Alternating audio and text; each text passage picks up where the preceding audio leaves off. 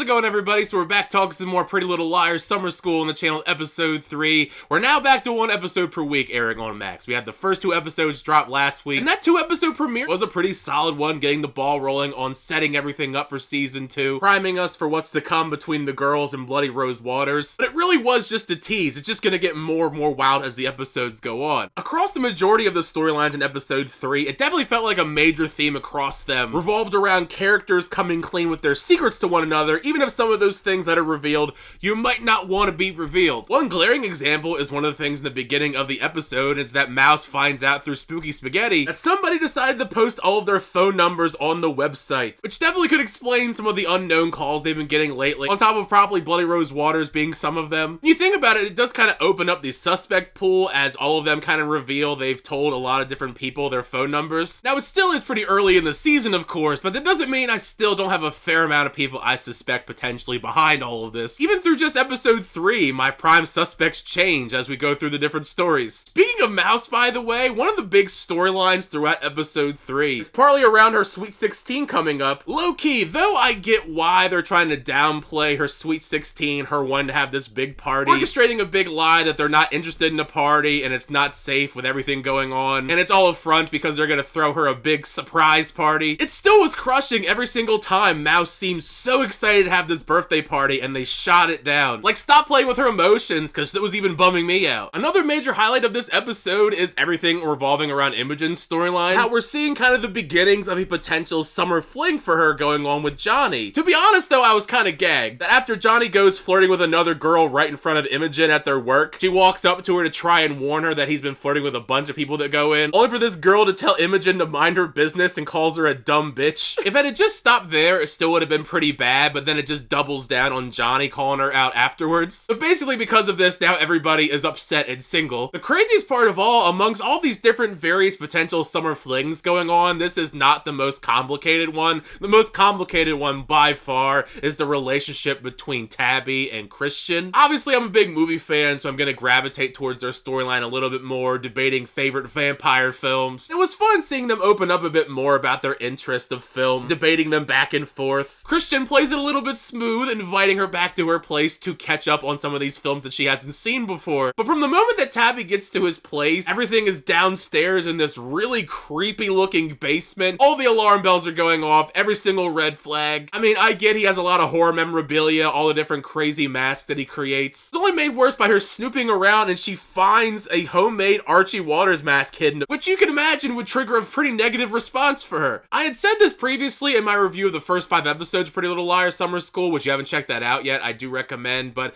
some of the storylines for the girls, their individual storylines, they're just kind of so far. One of them in particular being Noah's story. I still like Noah a lot as a character, but her storyline just doesn't have the most substance to it. Sure, it's nice that she saves Jen's ass because she was accused of stealing money from the register, and she was stealing from the register. Following that up with her standing up for Jen when she gets harassed by a bunch of guys for being gross after they didn't leave a tip. It's one of the least engaging of all the different ongoing stories. Same goes for Farron so far. Some of Farron's storyline is intriguing, her lifeguard drama, and I like the angle we're going for with her trying to gain respect with the various guys, then realizing that she should just be her own person. It is still very early. There's still a lot of time for their stories to develop, and Farron has some great stuff in the upcoming episodes without giving much away, a couple chase sequences. Understandably, because the two of them had the most drama in their summer flings, I like the sequence between Imogen and Tabby together commiserating about it. I wasn't expecting Johnny to be the one that apologizes to Imogen, but then it all clicked when you realize that he essentially Googled her and felt bad about it, leading to Imogen revealing her past. Same goes for Tabby when she goes to apologize to Christian. Oh, I do think he kind of got off easy for making a homemade Archie Waters mask, so I do have my eye on him a little bit as a future potential suspect. It's the slasher movie fan in me. You always gotta be suspect of the love interest. Everybody's a suspect!